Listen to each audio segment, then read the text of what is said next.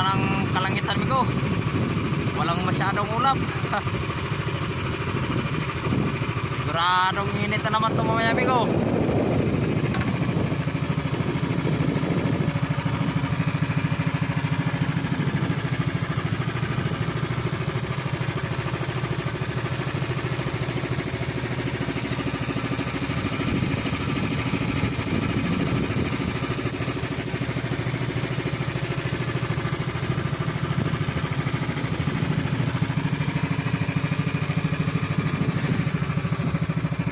So, good morning nga pala amigo sa ating lahat at sa ating mga subscribers, sa ating mga viewers, pati na rin sa mga silent viewers dyan. Yun.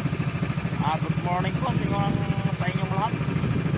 At maraming salamat po sa mga nag-subscribe ulit at nadagdagan naman po ng ating mga subscribers. Yan, maraming salamat po sa inyo lahat at sa inyong support po sa ating mga video. No?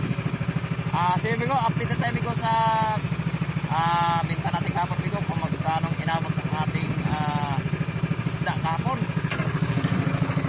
Sa isda natin kahapon migo, buminta ng toki mahigit. So mga 10 kilo yung isda natin kahapon. So ayos pa rin kahit ganon yung isda natin kahapon migo. At umabot pa rin ng toki, no? So maganda na rin yun. At yun, nakakabili na rin tayo ng 2 kilong bigas. So yan migo. Diretso tayo migo sa sa parting lusa. Doon tayo sa loob. Testingan natin doon. At baka sumibat sa umaga. Kaya medyo umaga tayo ngayon migo. At makaisnak agad tayo at makabawi naman. So sana ay sumibad yung isda, no?